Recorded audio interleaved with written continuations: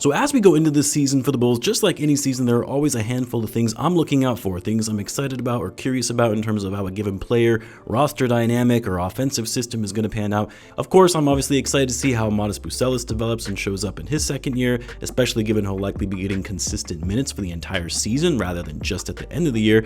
I'm obviously curious to see how real the Bulls' success was at the end of this past season, or if it was in fact watered down March and April basketball. I'm obviously intrigued to see how Giddey and Kobe work together, assuming Giddey resigns, but see how successful they are in the backcourt now that it's going to be a full season without Zach LaVine. And of course, I'm also curious to see what the Bulls rookie, their 12th pick Noah Senge, can do as an 18-year-old kid, and seeing just how ready he is for NBA level basketball. But one piece that I feel isn't being talked about enough, and maybe it's just me and that I haven't talked about it enough outside of when the trade was first announced, but that's the Bulls addition of Isaac Okoro and what he brings to this team, a very underrated addition of this offseason made by the Bulls. Now, say what you will about whether you agree or disagree with the trade, as I know there were mixed reactions from a lot of Bulls fans on moving on from fan favorite in Lonzo Ball. Despite his injuries throughout his tenure, he was still a fan favorite. Yes, of course, we all wanted more in a trade for Lonzo, especially when it was reported that the Bulls had a first-round pick on the table for Lonzo prior to the trade deadline if they were willing to take on Marcus Smart's contract, which was less than desirable. I personally wasn't that big of a fan of the trade itself because I still believe Lonzo's presence, even just in the locker room as a smart, savvy veteran leader, is something these young Bulls could have absolutely used. But regardless how you feel about how Okoro got here, just like how everyone feels about how Giddey got here, the trade was made. He's here now with the team. And now you have to assess how this new player fits with their system. And when I look at a player like Isaac Okoro, just based on what I've observed of his play in Cleveland, based on what we know and what he brought to the Cavaliers, a team that just finished with the best record in the East last season, based on his strengths and weaknesses, what he can bring to the Bulls and how he is going to fit. Now, of course, Okoro entered the league in the 2020 draft. He actually was taken 5th in that draft right after Patrick Williams. He ended up having a decent rookie season where he finished all-rookie second team, showed a lot of promise defensively, tough, hard-working player with a big-time motor to get downhill and slash to the basket, but obviously still a raw prospect whose game was pretty limited offensively in that rookie season, especially when it came to his shooting. The problem, though, very similar to Patrick Williams. While they both had promising rookie years and looked to have bright futures in the NBA, they really haven't progressed that much since their rookie season.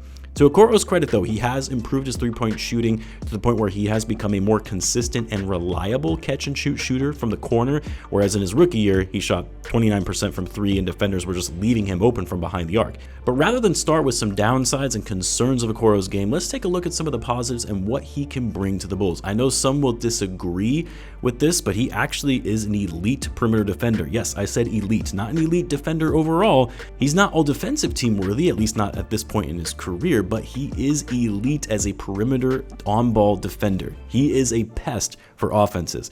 He's got great lateral quickness to stay in front of his man. He's long and uses his strength to deter his man from penetrating to the basket. A very high IQ defender as well, anticipates switches, can read passes well, and slow down plays happening in transition.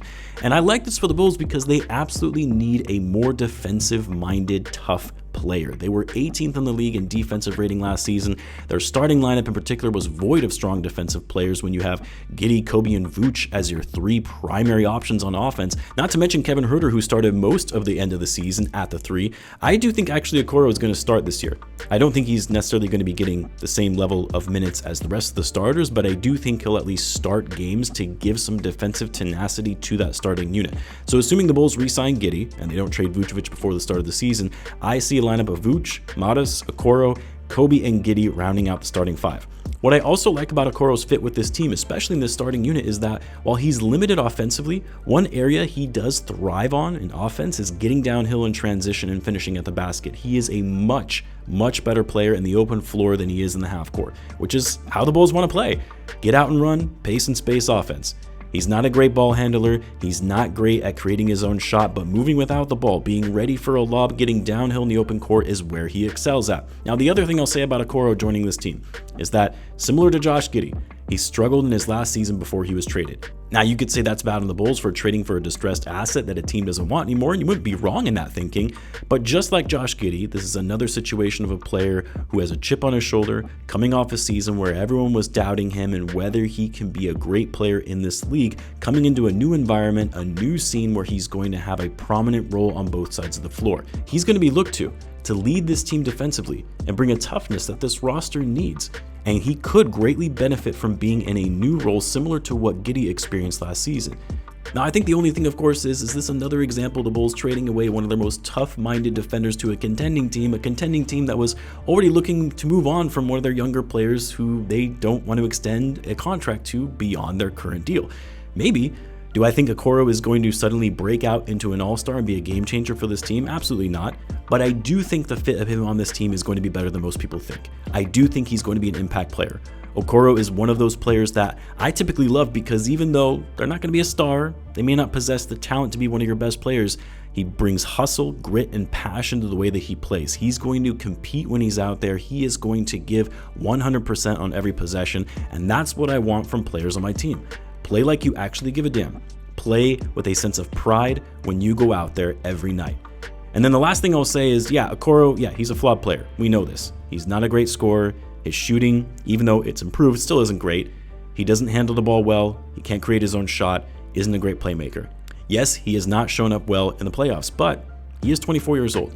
He's just now entering his prime. Yes, we kind of know what player he's going to be in his sixth season. Yes, it's not like he has insane upside the way he was when he was first drafted, but there is some potential and room for growth and improvement at the age of 24.